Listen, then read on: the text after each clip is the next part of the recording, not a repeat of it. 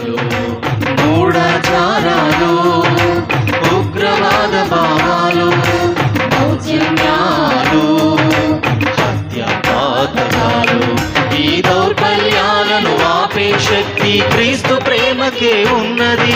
ఈ దౌర్బల్యాలను ఆపే శక్తి క్రీస్తు ప్రేమకే ఉన్నది. శాశ్వత ప్రేమ, అనంత ప్రేమ, అద్భుత ప్రేమ, కలువరి ప్రేమ, శాశ్వత ప్రేమ,